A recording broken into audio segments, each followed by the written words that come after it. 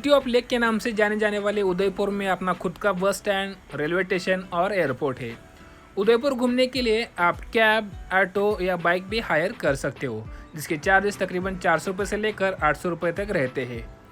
Main Udaipur railway station से सबसे पहला टूरिस्ट स्पॉट आता है मानसून पैलेस, जिस सज्जनगढ़ के नाम से भी जाना जाता है, जो कि मेन उदयपुर रेलवे स्टेशन से तकरीबन 8 किलोमीटर की दूरी पे बसा हुआ है। तो चलिए एक्सप्लोर करते हैं उदयपुर के पहले टूरिस्ट स्पॉट। तो गाइस यहाँ पे आप देख सकते हैं, अभी मैं आ चुका हूँ सज्जनगढ़ के पास।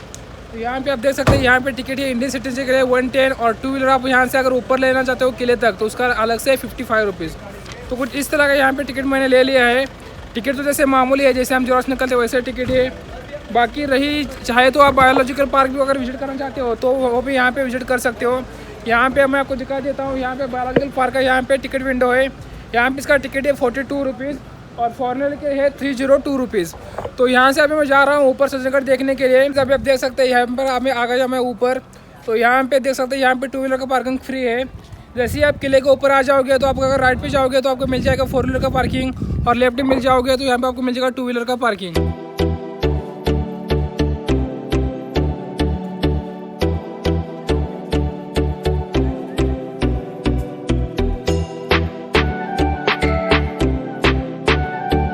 तो गाइस यहाँ पे आप देख सकते हैं, अभी मैं आ चुका हूँ सज्जनगढ़ पैलेस के ऊपर।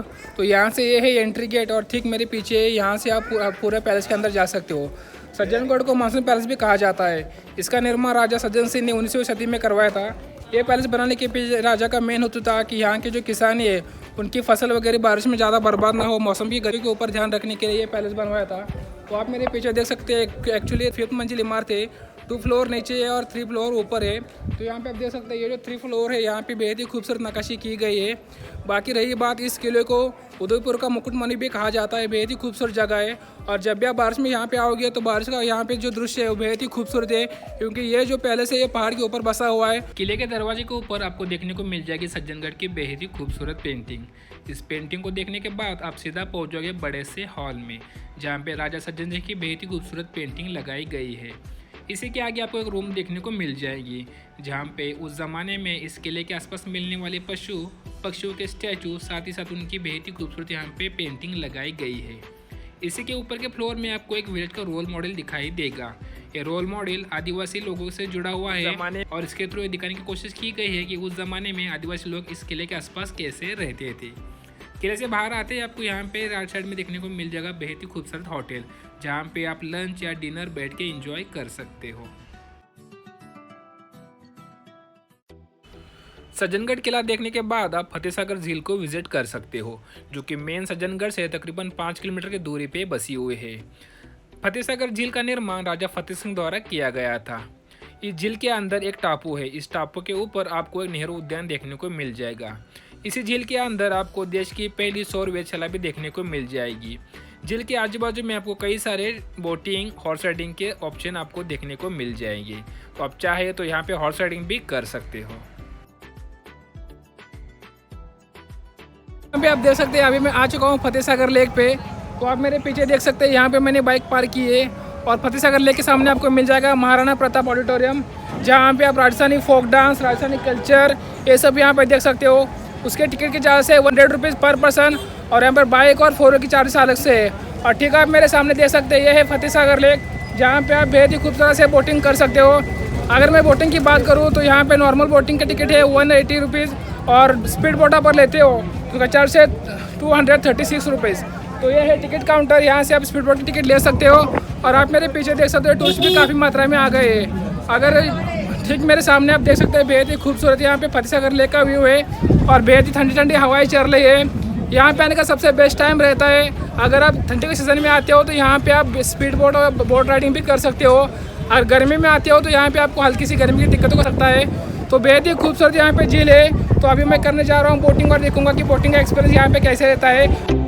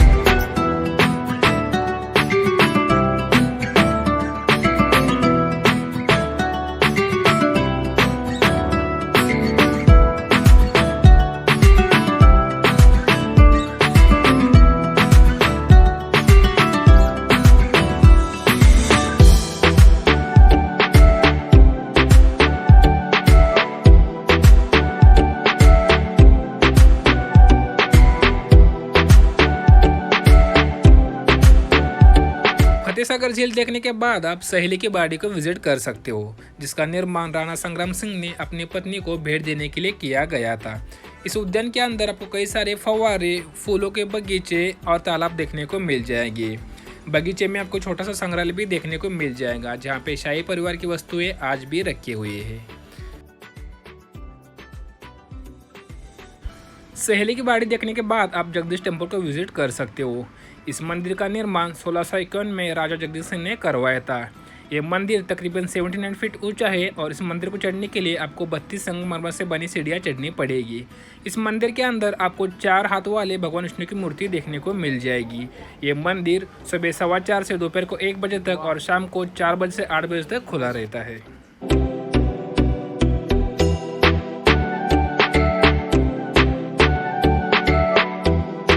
गाइस, जगन्नाथ टेम्पल देखने के बाद अभी मैं एक्सप्लोर करने आया हूँ सिटी पैलेस। तो आप मेरे पीछे देख सकते हैं, ये सिटी पैलेस का टिकट काउंटर। तो यहाँ से मैंने ले लिया है टिकट। इसका चार्ज से मेरे को पड़ा है 300 रुपीज़। अगर आप विदाउट म्यूजियम यहाँ पे सिटी पैलेस एक्सप्लोर करना चाहते हो तो उसका चार्ज पड़ेंगे आपको 30 रुपये सिर्फ। अगर मैं पार्किंग की बात की जाए तो पार्किंग का यहाँ पे चार्ज है 25 रुपीज़। और आप देख सकते हैं कितना बड़ा टिकट है। जैसे एरोप्लेन का टिकट रहता है वैसे ही बड़ा टिकट है यहाँ पे। और यह है एंट्रेंस सिटी पैलेस का। तो चलिए चलते हैं सिटी पैलेस के अंदर और मैं आपको दिखाऊँगा पूरा सिटी पैलेस घूम के, और उसके बाद लिखूंगा लेक पे चला। तो चलिए मेरे साथ सिटी पैलेस एक्सप्लोर करने के लिए।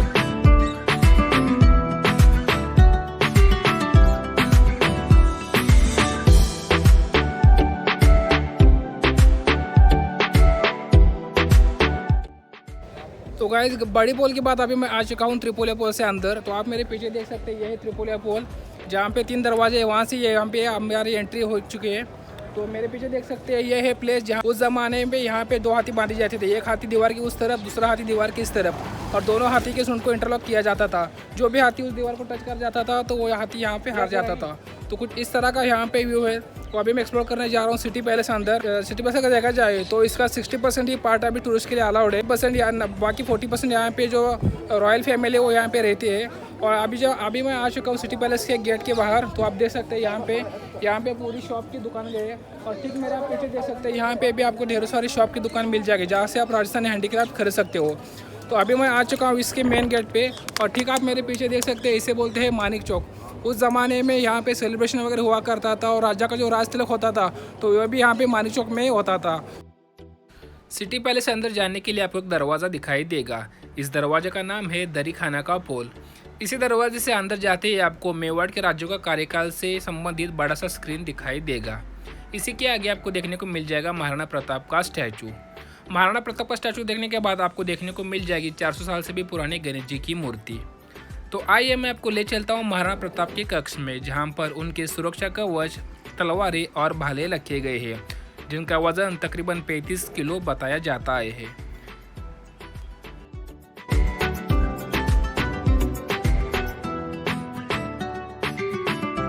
ये है संगमरमर से बना हुआ लक्कू कुंड। राजाओं का लाश तिलक होने के बाद इसमें 1 लाख चांदी के सिक्के भरे जाते थे, जिसमें से 25,000 चांदी के सिक्के इस किले के चौक में उड़ाए जाते थे और बाकी बचे 75,000 दान के रूप में यूज़ किए जाते थे। अभी हम हैं इस किले के 4थी मंजिल पर, जहाँ पर राजाओं को नहाने के लिए एक स्विमिंग पूल बनाया गया है। इसी के आगे आपको एक फव्वारा देखने को मिलेगा, जहाँ पर राजा रानी होली मनाया करते थे। इसी के आगे आपको राजा करण सिंह का बेडरूम देखने को मिल जाएगा, जिसे शीश महल के नाम से भी जाना जाता है। यहाँ के कांच बेल्जियम से मंगाए गए थे।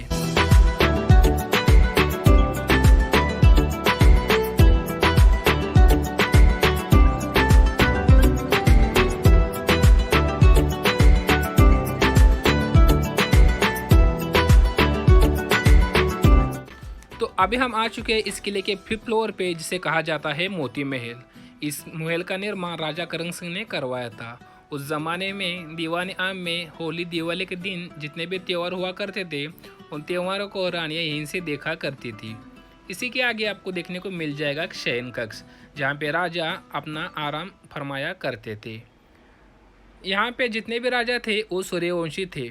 बारिश के दिनों में जब भी सूरज के दर्शन नहीं होते थे तो यहाँ पे सोने से बने सूर्य की वो पूजा किया करती थी।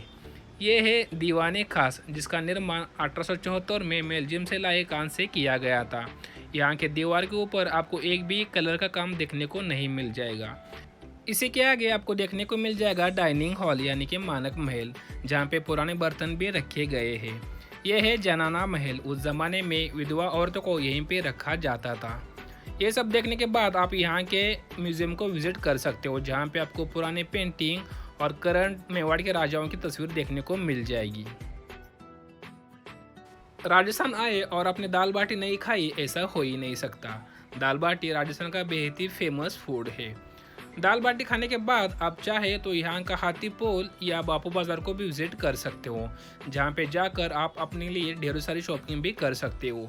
बापू बाज़ार विजिट करने के बाद आप चाहे तो करनी माता मंदिर को भी विजिट कर सकते हो। गाइस अभी आप देख सकते हैं, अभी मैं आ चुका हूँ बागौर की हवेली में। तो यहाँ पे मैंने मेरा टिकट ले लिया। इसका टिकट चार्ज है 55 रुपीज़ और इसका जो मेरे जो पीछे दूसरा टिकट है ये है 100 रुपीज़। और यहाँ पे पीछे लिखा है, यहाँ पे जो राजस्थानी फोक डांस चलता है शाम को 7 से 8 बजे तक, तो उसका टिकट है 100 रुपीज़। तो मैं आपको अभी अंदर चल के दिखाऊंगा कि अंदर हवेली में देखने लायक कौन कौन सी चीज़ें हैं। तो चलिए मेरे साथ एक्सप्लोर करते हैं बागौर की हवेली। बागौर की हवेली का निर्माण मेवाड़ के मंत्री अमरचंद बड़वा ने सन 18वीं शताब्दी में करवाया था।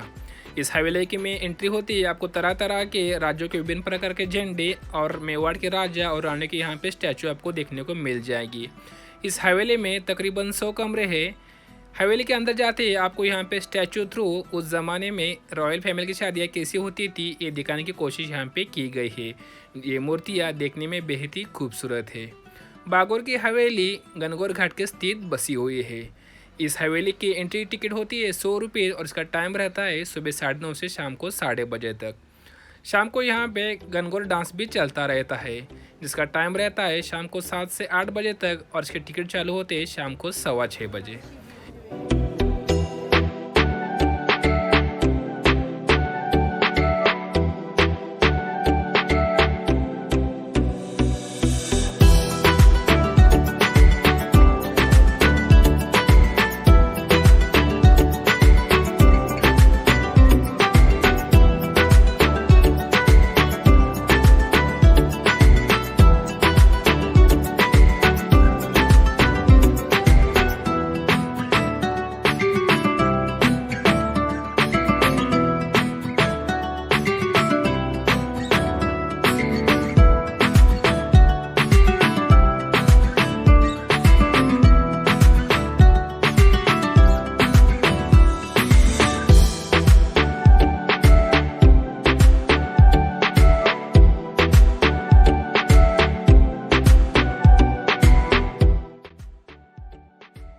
तो कुछ इस तरह मेरी उदयपुर की जर्नी कंप्लीट हो गई।